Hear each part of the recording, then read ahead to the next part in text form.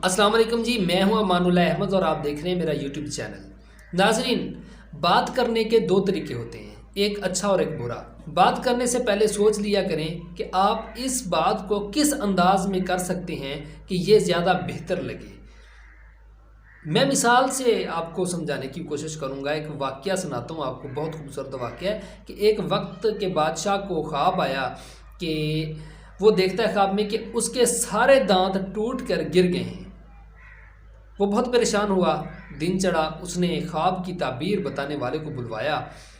उसने ख्वाब सुनकर जवाब दिया कि बादशाह सलामत, आपके घर वाले आपके सामने मरेंगे और सारे घर वाले मर जाएंगे।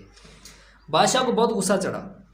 उसने अपनी तलवार निकाली और फौरन उसका सर कलम कर और हुक्म दिया कि किसी और बंदे को बुलाया जाए जो माहिर हो ख्वाबों की ताबीर बताने में। जब दूसरे को बुलाया गया तो वो बंदा बहुत समझदार था। उसने भी बात वही की, लेकिन अब सुनिएगा कि उसने किस अंदाज में की।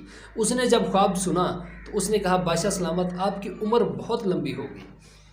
यानी जब उम्र जो लंबी होगी तो यकीनी बात है सारे घर वाले उसके सामने मरेंगे। उसकी उम्र ज़्यादा लंबी है, बाकियों की थोड़ी है, वो कम है उम्र उसकी। ख्वाब की ताबीर तो एक ही बताई दोनों ने, लेकिन बात करने का अंदाज वखरा वखरा था।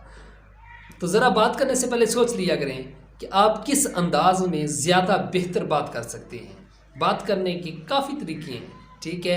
बात को घुमा फिरा कर आप बात कर सकते हैं ताकि बात अच्छी लगे, अट्रैक्टिव लगे, दूसरे को अपनी तरफ खींचे। उस बंदे ने जब ये ख्वाब की ताबीर बताई तो बादशाह बहुत खुश हुआ और बहुत सारा इनाम दिया और उसे रवाना कर दिया। तो सबक ये हासिल हुआ कि बात करने से पहले सोच लिया करें कि किस एंगल से करें, बात किस अंदाज में करें, कैसे करें। मिलेंगे जी नेक्स्ट वीडियो में, तब तक के लिए अल्लाह हाफिज़।